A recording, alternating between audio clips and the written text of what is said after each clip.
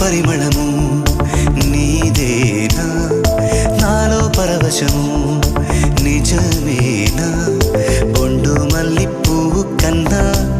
తేలికగు నీ సోకు